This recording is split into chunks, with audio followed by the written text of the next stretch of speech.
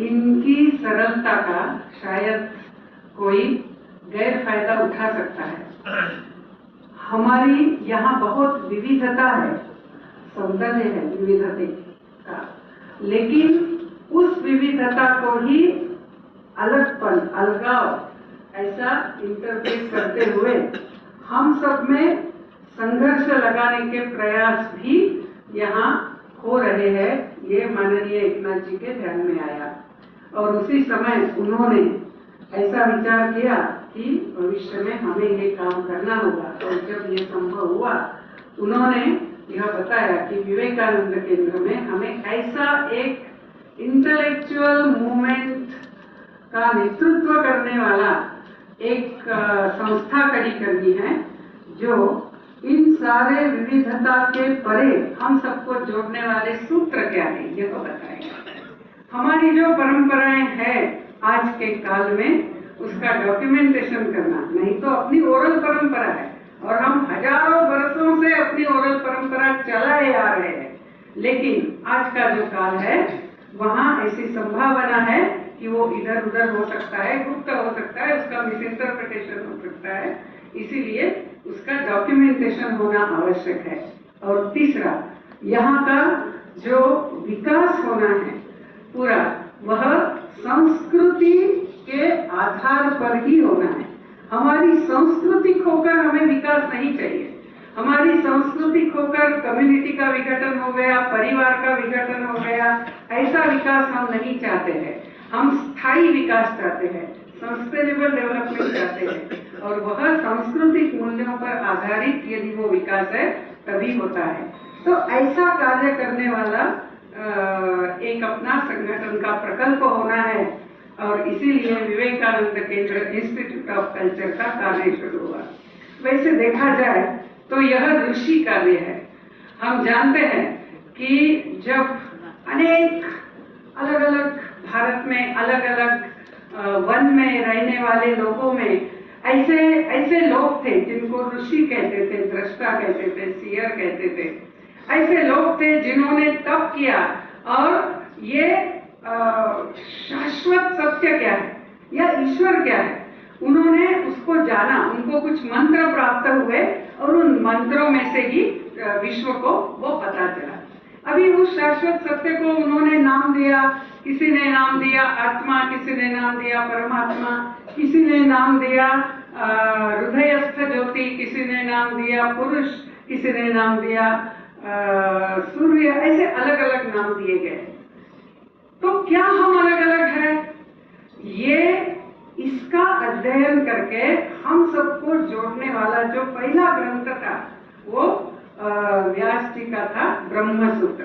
ब्रह्मसूत्र का प्रयोजन ही ये है कि नाम अलग अलग बताए हैं, साधना अलग अलग हर उपनिषद में बताई है, लेकिन वो अलग अलग नहीं है, वो हम सब जोड़ने वाले ही सूत्र है और हम सब एक ही मार्ग पे अल्टीमेटली एक ही स्थान पे पहुंचते हैं। तो ऐसा यह जो व्यास जी ने किया, बाद में उसी के ऊपर अनेक टीकाएं आई, कमेंट्रीज आई। फिर शंकराचार्य के काल में फिर से यही स्थिति हो गई थी और इसीलिए शंकराचार्य ने फिर से इस ब्रह्मसूत्र पे भाष्य लिखा और यही कार्य चलता रहा। स्वामी विवेकानंद का जो साहित्य है उसके लिए जो प्रस्तावना दी है वो भगिनी निवेदिता, जो उनकी ब्रिटिश शिष्या थी मार्गारेट नोबल, उन्होंने दी हुई है। वह कहती है कि स्वामी विवेकानंद ने हमेशा वेद वेदांत की ही बात की, लेकिन ऐसा हम नहीं कह सकते हैं कि स्वामी जी ने नया कुछ नहीं बताया। स्वामी जी ने आज के काल में हम सबको जोड़ने वाले सूत्र क्या है यह उन्होंने बताया, और यह बताते बताते वो वहां गए थे हिंदू धर्म का प्रतिनिधित्व करने, लेकिन भगिनी निवेदिता लिखती है कि वो करते करते ही उन्होंने हम सबको जोड़ने वाले सूत्र क्या है उसका एक विचार प्रवाह ही हम सबके लिए एक साथ आने के लिए उपलब्ध कराया है। तो ऐसा ये ऋषि कार्य को ही कंटिन्यू करने वाला कार्य विवेकानंद केंद्र इंस्टीट्यूट ऑफ कल्चर का है। स्वामी विवेकानंद जब मद्रास थे तो उनके बहुत सारे भाषण हुए अमेरिका से वापस आने के बाद। उसमें एक जो उनका भाषण है वह है सेजेस ऑफ इंडिया, और उस इसमें वो कहते हैं कि यह भारत राष्ट्र जो है यह सांस्कृतिक राष्ट्र है, आध्यात्मिक राष्ट्र है। जीवन का प्रवाह कैसा जाना चाहिए ये ऋषि मुनियों ने हमें सिखाया है। हमारे पुजारी पूर्वज सारे अलग अलग नाम अलग हो सकते हैं, इन सब ने इस राष्ट्र के प्रवाह को समर्थ बनाया है। और यदि आज वो हमें क्षीण हुआ ऐसा यदि दिखता है तो हमें फिर से ऋषि बनना होगा, हमें ऋषि का कार्य करना होगा। तो वो ऋषि का कार्य जो है वो एक है, हम सबको जोड़ने वाले सूत्र समानता क्या है। दूसरा यह है कि स्वामी विवेकानंद लिखते हैं कि ऋषि मुनियों ने जो कार्य किया उसमें उनका स्वार्थी विचार कुछ नहीं था। यदि ऋषि कार्य करना है तो हम मुझे क्या मिलेगा यह न सोचते हुए हमारे राष्ट्र के लिए, अपने जनजाति के लिए, अपने संस्कृति के लिए, अपने स्वधर्म के लिए हम क्या कर सकते हैं ऐसा सोचने जब हम लगते हैं तब हम इस ऋषि प्रवाह का भाग बनते हैं।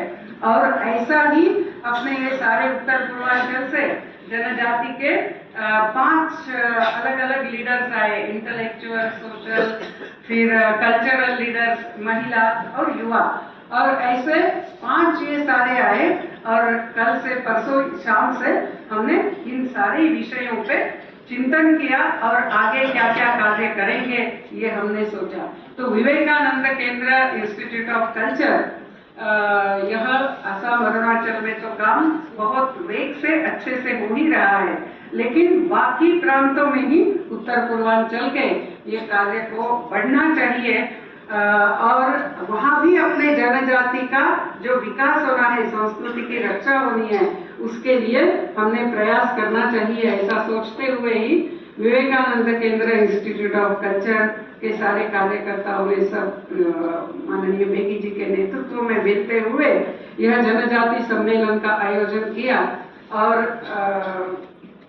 यही इस सम्मेलन में जो चर्चाएं हुई, जैसे उदाहरणार्थ जब कॉमनैलिटीज क्या है, हमें जोड़ने वाले समान सूत्र क्या है, ये सब जब ढूंढने लग गए, उनको ये भी बताना था कि हमारे जो पड़ोसी जनजाति है वो और हम जो करते हैं वो एक जैसा कैसा है। और ऐसा जब वो ढूंढने गए तो ढूंढते गए तो सबको सिमिलैरिटीज ही दिखने लग गई। सब बोलने लगे केवल भाषा अलग है, नाम अलग है, लेकिन हम जो भी करते हैं हम सारे एक है। दूसरा चैलेंजेस तो है, आज हमारे संस्कृति का हम रक्षण न कर सके, इसके लिए हमारे विचारों को भ्रमित किया जा रहा है। इसीलिए विकेआईसी का मुख्य रूप से यह वैचारिक स्पष्टता है, एक बौद्धिक नेतृत्व देना है। जैसे एक छोटी सी कहानी है, ये है कि एक मिलीपीड करके एक कीड़ा होता है, उसके अनेक पांव होते हैं, ऐसा छोटा सा कीड़ा ऐसे ऐसे वो चलता है। तो किसी एक छोटे पंछी ने उसको प्रश्न पूछा, अरे तुम्हें हजारों पाँव है तो तुम कौन सा पाँव पहले डालते हो? तो ये जब सोचने लग गया तो उसके सारे पाँव रुक गए। यानी जब हम सोचने हैं उसको कंफ्यूज कर दिया ना, नहीं तो नेचुरली वो चलता था। अभी हजारों पाँव में कौन सा पाँव डालते हो?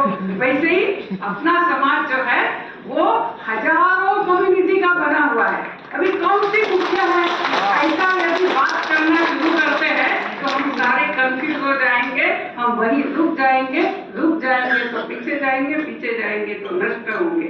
और इसीलिए हमारी वैचारिक स्पष्टता बहुत आवश्यक है।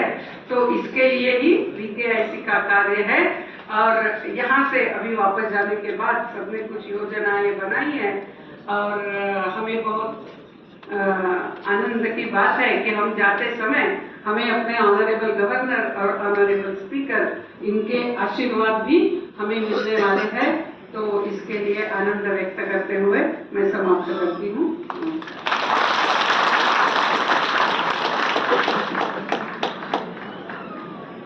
आपके प्रेरणादायक संबोधन के लिए धन्यवाद करती हूँ। Now we move forward to hear from a leader who is deeply connected to public life and empowerment. I request Shri Vishwajit Debari, Honorable Speaker, Assam Legislative Assembly, to address the gathering.